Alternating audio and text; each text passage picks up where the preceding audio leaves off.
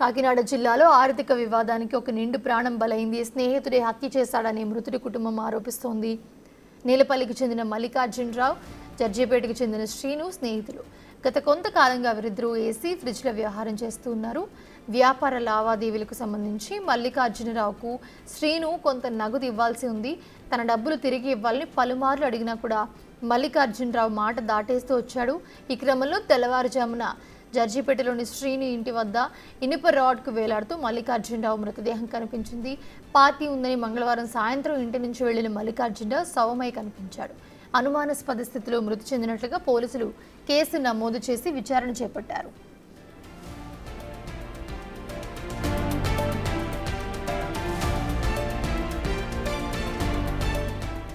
మల్లికార్జునరావు చనిపోయేంత పిరికివాడు కాదు అని శ్రీను హత్య చేసినట్లుగా మృతుడి భార్య నాగదుర్గ ఆరోపిస్తోంది.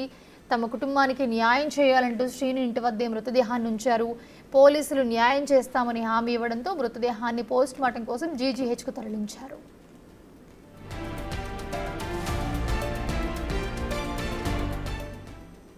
చెందినటువంటి కొడుపూడి మల్లికార్జునరావు, వయసు 40 సంవత్సరాలు గల వ్యక్తి 31వ తారీఖు రాత్రి కాకరపల్లి శ్రీనివాసరావు ఇంటి వద్ద డాబా పైన ఉరి వేసుకుని చనిపోవడం జరిగింది.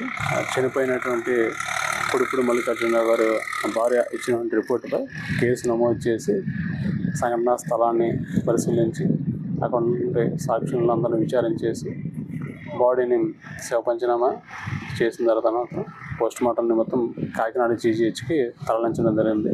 కేసు నమోదు చేసి దర్యాప్తు చేస్తున్నాం. ఇతని స్నేహితుడైన అంటే కాకరపల్లి శ్రీనివాసరావు వ్యాపారం చేసుకునేవాళ్ళు. ఈ వ్యాపారం చేసుకుంటూ నష్టం రావడంతో ఆర్థికంగా ఇతను ఇబ్బంది పడుతున్నాడు. ఇతని ఫ్రెండ్ అయినటువంటి కాకరపల్లి శ్రీనివాసరావు ఇతనికి కొంత డబ్బులు ఇవ్వాలి. ఆ డబ్బుల కోసం అడుగుతూ ఉన్నాడు. దాంతో ఇతను మనస్తాపం చెంది ఆ డబ్బులు ఇవ్వకపోతుంటే ఇతను మనస్తాపం చెంది ఆర్థిక ఇబ్బందుల వల్ల చనిపోవడం జరిగింది. కేసు నమోదు